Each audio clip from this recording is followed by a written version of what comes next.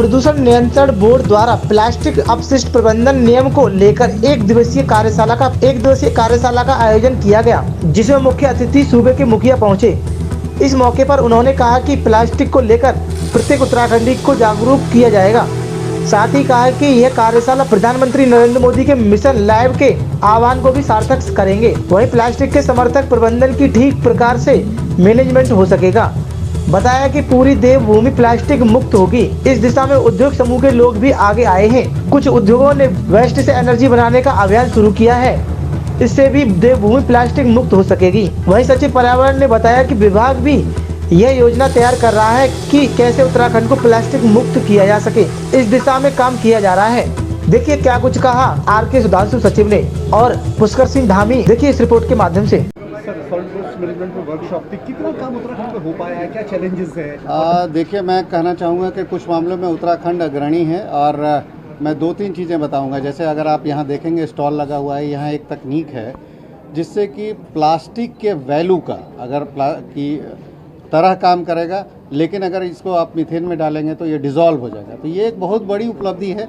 हम इसको किस तरह से प्रचार इसका करते हैं, किस तरह से इसको एक्सपैंड करते हैं। इसके अलावा और मैं बताना चाहूँगा कि एक ई वेस्ट है। ई वेस्ट में रुड़की में एक इंडस्ट्री है अटारो करके, जिसका कि अभी माननीय प्रधानमंत्री जी ने भी उल्लेख किया था मन की बात में। वो लगभग 80 to 90% जो ई वेस्ट होता है उसको रिसाइकिल कर देती है। उसमें कई सारे महत्वपूर्ण धातु होते हैं, जैसे कैडमियम होता है, इवन गोल्ड होता है।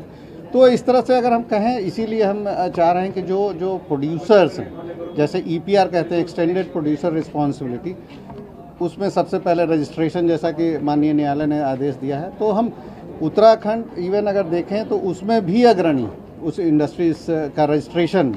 तो निश्चित रूप से हम उसमें इस तरह से कार्य योजना बना रहे हैं कि किस तरह से एक प्लास्टिक को हम रिड्यूस करें, रीयूज करें और रिसाइकिल करें, और इसके अलावा भी नई तकनीक पे काम करें जिससे कि प्लास्टिक का सब्स्टिट्यूट पैदा हो सके। 2 और तीसरा, इसको हम किस तरह से सर्कुलर इकोनॉमी से जोड़ सकते हैं, ये स्टेट का ये एक महत्वपूर्ण कदम है। Thank you sir. एक सवाल ये है कि पूरे उत्तराखंड के सभी नागरिकों को निवासी नहीं, माननीय प्रधानमंत्री जी ने जो मिशन लाइफ जो सब लोगों से आह्वान किया है, ये कार्यशाला मिशन लाइफ को भी जो है सकारात्मक दिशा में आगे बढ़ाएगी।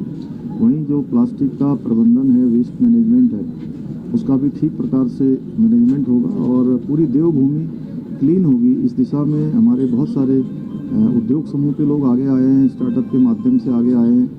उन्होंने वेस्ट से जहां एनर्जी बनाने का अभियान काशीपुर में लिया गया है, इसी प्रकार से अन्य प्रकार के जो वेस्ट से आगे चलकर उत्पाद बनाने का काम है, वो बहुत ही सराहनीय पहल है। मैं सभी को शुभकामनाएं देता हूं कि इस दिशा में और आगे बढ़े।